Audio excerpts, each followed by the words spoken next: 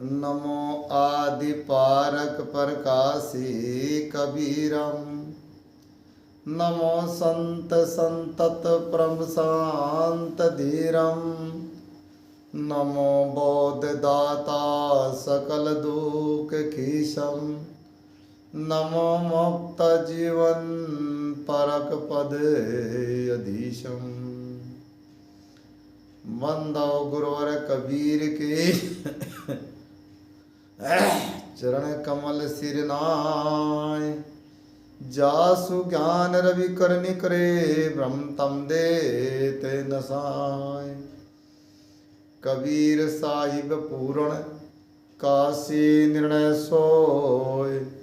राम स्वरूप पारखी गुरु वंदनीय मम होय। वंदनीय मम होय।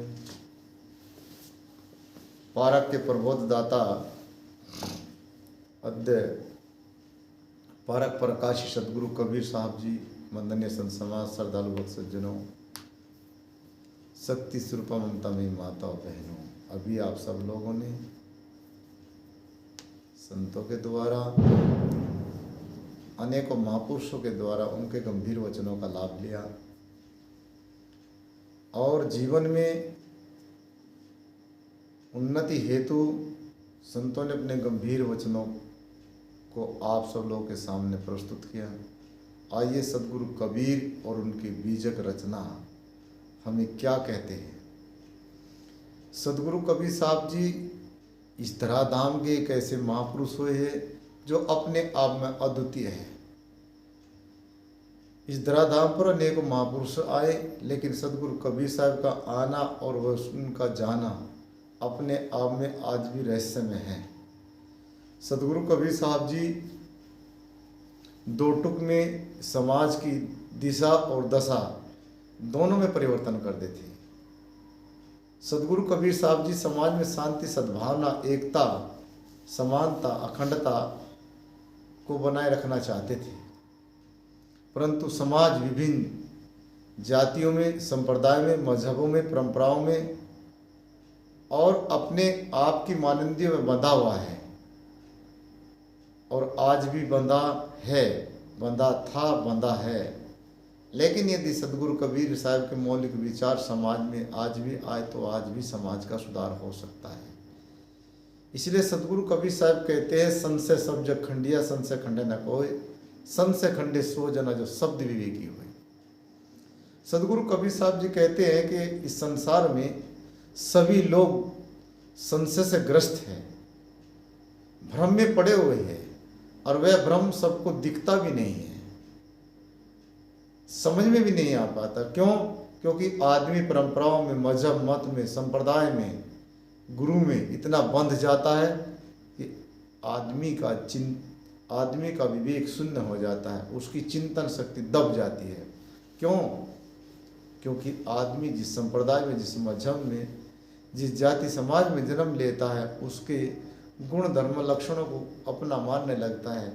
इसलिए प्रत्येक नर नारी इस जगत में आज भी बंधे हुए हैं।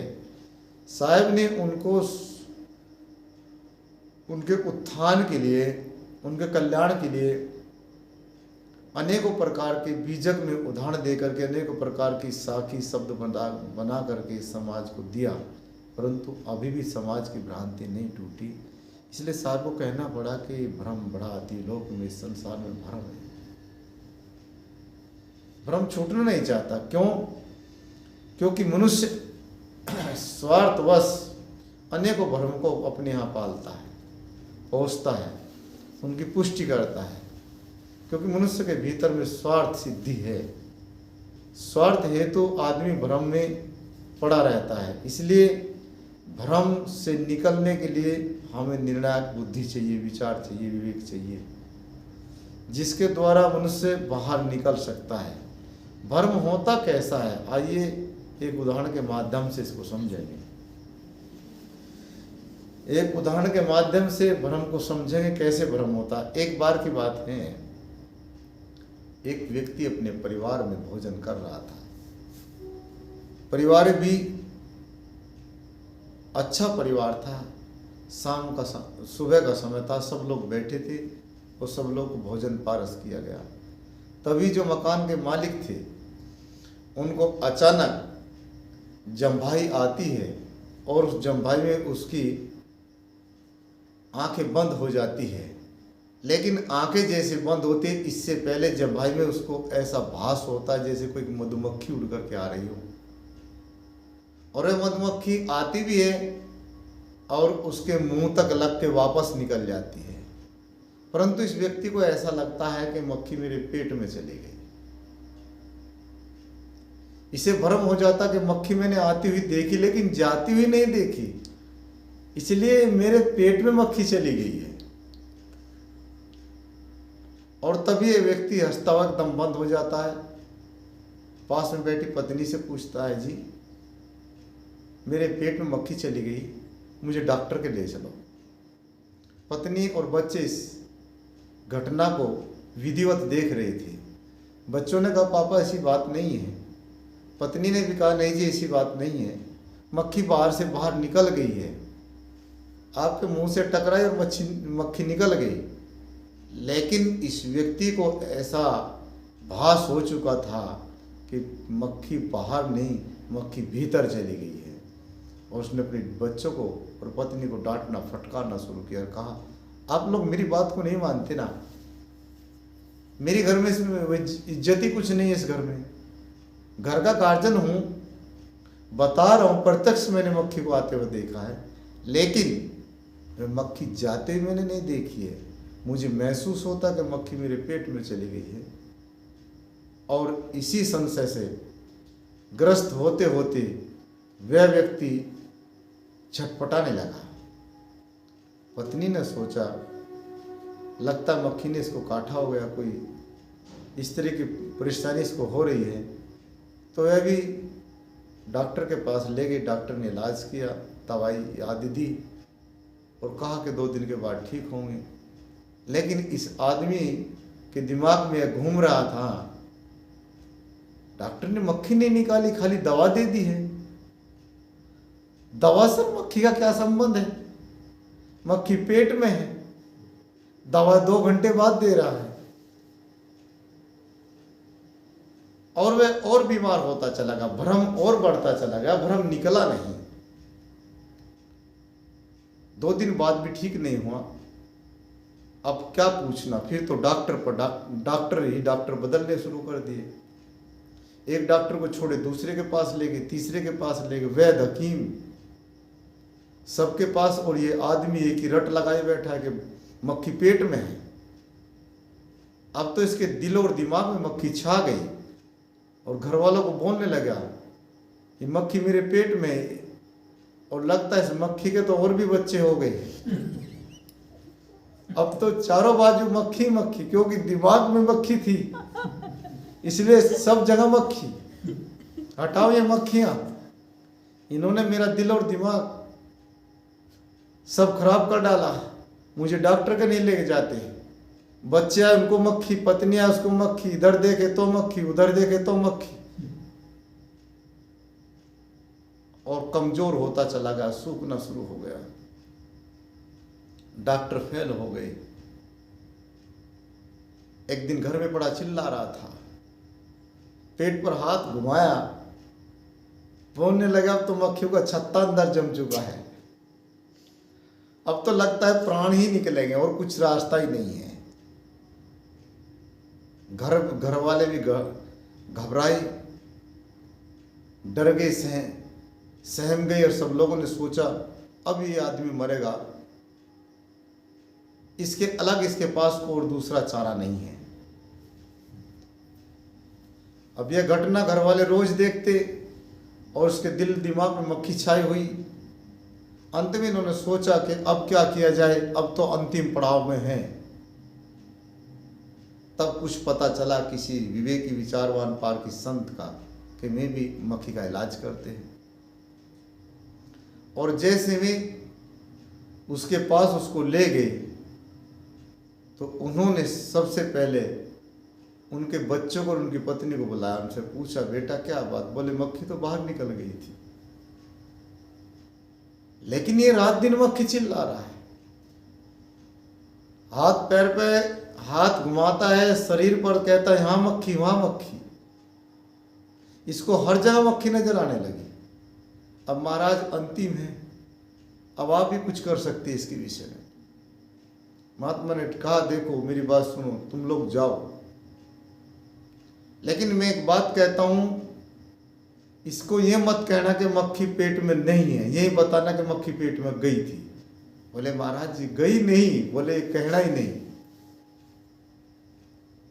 तब उसने कहा मैं इसका इलाज करता हूं, जो घटना आप देखो बताना नहीं, इससे कुछ कहना नहीं। महात्मा जी एक अपने आंगन में से एक मक्खी मधुमक्खी उठा लाए और उसको लेटा करके एक बाटल हाथ में दी, उसकी बोतल शीशी, और उसके मुंह में डाली शीशी को और कहा जरा जोर से खासो। और जैसे वो जोर से खासा, महात्मा ने मक्खी को अंगूठे पे चिपकाया हुआ था, मक्खी को उसके बोतल के अंदर डाल दी, शीशी के अंदर डाल दी। उसने कहा देख भाई तुम्हारे भीतर की मक्खी निकल गई। ये आदमी खड़ा हुआ, चेतना जागृत हो गई इसकी। उसने कहा महाराज मैं पहले से ही कह रहा था, डॉक्टर फेल इसीलिए थे, घर वाले सुनते नहीं थे, कोई बात को मानने को राजी नहीं था। महात्मा जी आपने मेरे प्राण बचा लिए, अब मैं स्कूटी को छोड़ करके नहीं जाना चाहता, क्योंकि दुनिया में देख लिया मेरा कोई नहीं है, सब झूठ पर तुले। मैं कह रहा था मक्खी है। महाराज जी आपने मेरी मक्खी निकाल दी। उसने कहा ठीक है कोई बात नहीं, अभी तो मक्खी निकल गई है, मैं और भी देखता हूं पेट में मक्खी है कि नहीं। महाराज जी हो तो निकाल दीजिए आप। महात्मा ने हाथ इधर उधर घुमाया और कहा नहीं मक्खी तो एक ही थी, लेकिन मक्खी कुछ समय के बाद मर जाएगी क्योंकि पेट में से निकल के आई है। उसने कहा महाराज जी कोई बात नहीं। और उसके परिवार वाले आके बोले महात्मा जी क्या कर दिया आपने? बोले बताना ही नहीं इसको, जो कुछ कहा गया वो देखते जाओ बस। और ये मक्खी महात्मा जी ने बाहर निकाल करके रख ली और उसको 2 दिन अपने पास रखा। रखने के बाद में फिर उसको ले गए घर वाले, और कुछ दिन के बाद में परिवार के सदस्य ने देखा कि ये आदमी बिल्कुल पूर्णतः स्वस्थ हो चुका है। महात्मा जी ने उसको कहा कि अभी मेरे पास आते रहना, लेकिन उनकी पत्नी महात्मा से जब भी वे जाते तभी एक प्रश्न पूछती, महात्मा जी आपने इनके साथ में गलत किया, मक्खी गई नहीं थी, आपने झूठी मक्खी हाथ में डाल करके इसको बता दिया। बोले एक युक्ति है, मैं उस युक्ति से इसका भ्रम निकाला है, अब मैं इसको पेट से मक्खी बाहर कैसे होती है ये कला सिखाऊंगा, इसको यह ज्ञान दूंगा कि मक्खी कैसे बाहर निकलती है। और उसने वह विद्या उनको सिखाई कि ऐसे मक्खी बाहर निकलती है। उसने कहा महात्मा जी इसका मतलब मेरे पेट में मक्खी नहीं थी, आपने मक्खी डाली थी? बोले हाँ मैं ही डाली थी, क्योंकि आप मरणावस्था में पहुंच रहे थे, इसलिए अब आप सही है, आपको बात समझ में आ गई। और वह आदमी का भ्रम भी निकल गया, वह आदमी ठीक भी हो गया। उस आदमी को लगा कि भ्रम की कोई दवाई नहीं होती है। इसी प्रकार हमारे पूरे समाज में भ्रम फैला है, भारतीय समाज में। ये कौन सी मक्खी है? हमारे जीवन के सुख दुख के दाता कोई भगवान होगा, परमात्मा होगा, ईश्वर होगा, खुदा अल्लाह गाड़ होगा, देवी देवता होगी।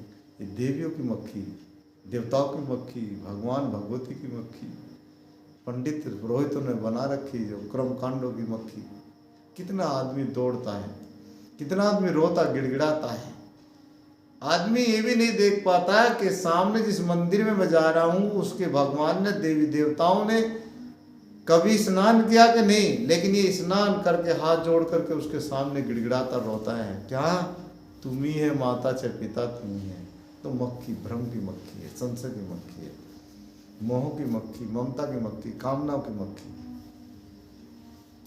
इसलिए चारों तरफ मक्खी ही मक्खी है। मक्खी से आदमी का दिल और दिमाग मुक्त नहीं हो पा रहा है। चारों तरफ की मक्खियां आदमी को जकड़े हुए। इसलिए साहब ने कहा कि इस भ्रम को निकाले। भ्रम बढ़ाती है लोक में, तीनों लोक में, अर्थात रजोगुण तमोगुण सतोगुण के लोगों में ये भ्रम है। क्योंकि सत्यता का बोध नहीं, अपनी आत्मा का, अपने स्वतः स्वरूप का बोध नहीं, जड़ चेतन आत्मक सृष्टि का बोध नहीं। इसलिए प्रत्येक नरनारी शिक्षित अशिक्षित संसार के सब लोग भटके हुए हैं। इस भटकाव से यदि पार जाना हो तो सदगुरु कबीर साहब की क्रांतिकारी वाणी, सकलो दुर्मत दूर कर अच्छा जन्म बना। सकलो संपूर्ण दुर्मति को दूर करना होगा, और दुर्मति को दूर करने का कोई दूसरा रास्ता नहीं है, कोई दूसरा तरीका नहीं है, कोई ऐसी गैरेज भी नहीं है, ऐसी कोई फैक्ट्री भी नहीं है, ऐसा कोई मैकेनिक भी नहीं है जहां आदमी की दुर्मति को, बुद्धि को, संशय भ्रम को दूर किया जा सकता हो। केवल एक ही, सिर्फ और सिर्फ एक ही रास्ता है, वह है सत्संग और संत गुरुजन। इसलिए सदगुरु कबीर साहब के मौलिक रचना का अध्ययन करें, उनके विचारों को जाने और अपने आप को पहचान करके अपने मस्त शब्दों के साथ हमारे प्रोग्राम बोलो। सदगुरु देव की